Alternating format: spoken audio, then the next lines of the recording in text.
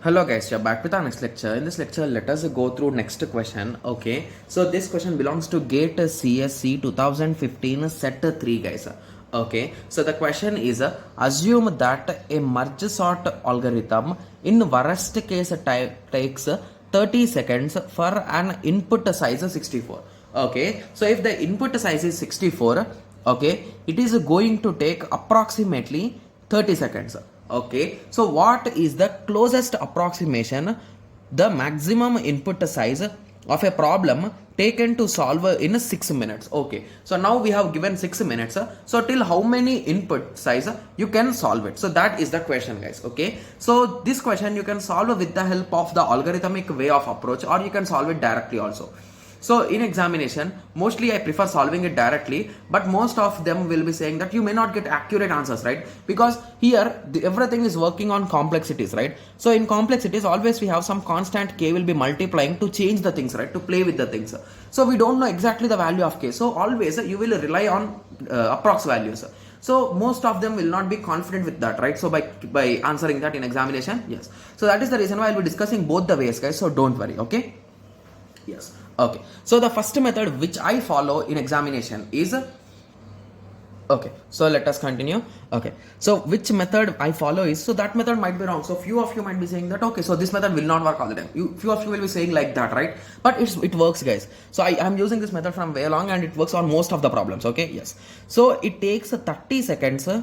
Okay, for input size of 64.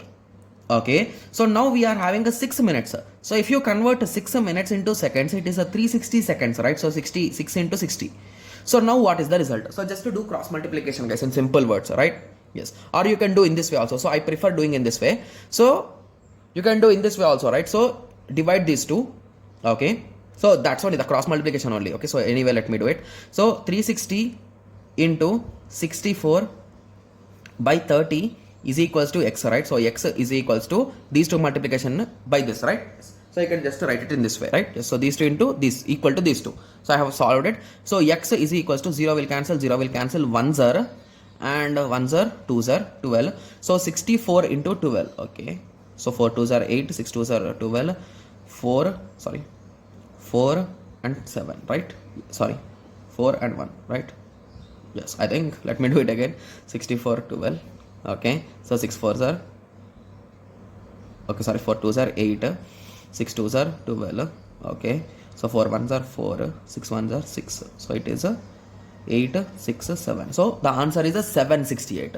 Okay, so according to my understanding, mostly it will be the lesser value, guys. So whenever we get approximate values, we always end up at greater values. So if this examination, I'll be answering B as the answer. So that's approximate, right? So near to that, right? So it is a far away from 1024. So few of you might be saying that it's always not true. You might do it as a mistake, right? So few of you might be thinking in that way. You are also correct, because in some situations the answer might be C also.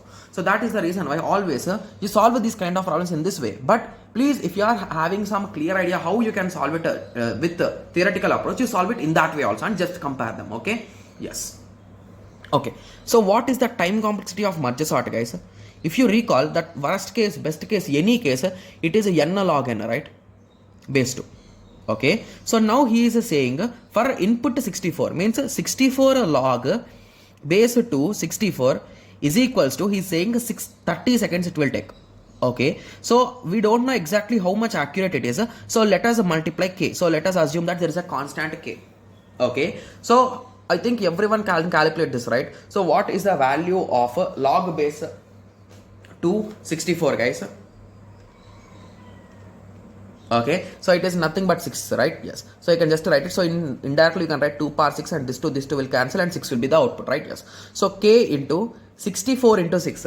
So what is 64 into 6, guys? So it is nothing but 384, right? Yes, divide by 30.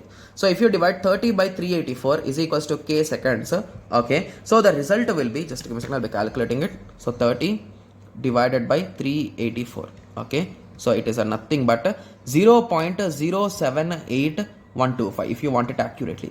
So the value of constant is this much. Okay, so now let us cross check with our as answer. So I thought B is the correct answer, right? Yes. So let us try substituting the value of B, or we can even get the value, right? Yes. So we can try to get also.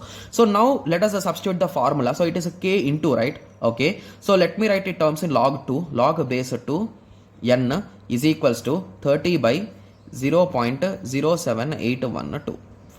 Okay, so what I can do is 30 divided by 0.07812. Okay, so answer will be 384. Okay, so if I do n log base to n, I should get 384 as the answer. Got it? Yes. Okay, so now let us try what should be the answer.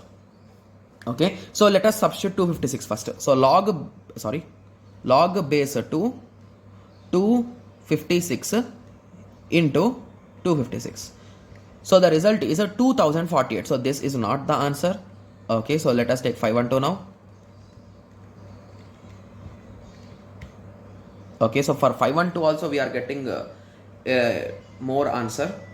Okay, sorry, I did a mistake here. So what should be the time, guys? So it is 360, right? So why did I take that? I took 60, right? Yes, so that's a silly mistake which I did. 360 divided by 0.078125. So I am searching for 6 minutes value, right? So why did I do for 30? That's my bad, right? Yes. So I'll be getting a 4608. Okay, so let us redo the calculation. So log base 2 into 256 into 256. The answer is a 2048. So that's not correct. So let us take 512 into. So the answer is 4068. Yes, 512 might be the answer. So let us check the next values also, because most of you will be saying why I'm not checking the next value. 102, 1024, right? Yes, so 1024.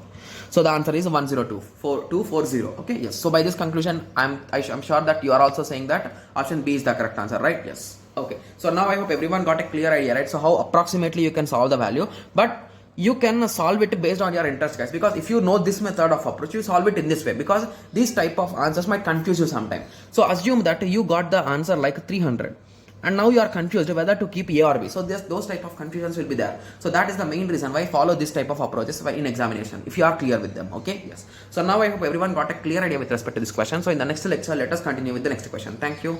Thanks for watching. Like, share and subscribe for more awesome videos like this. Thank you.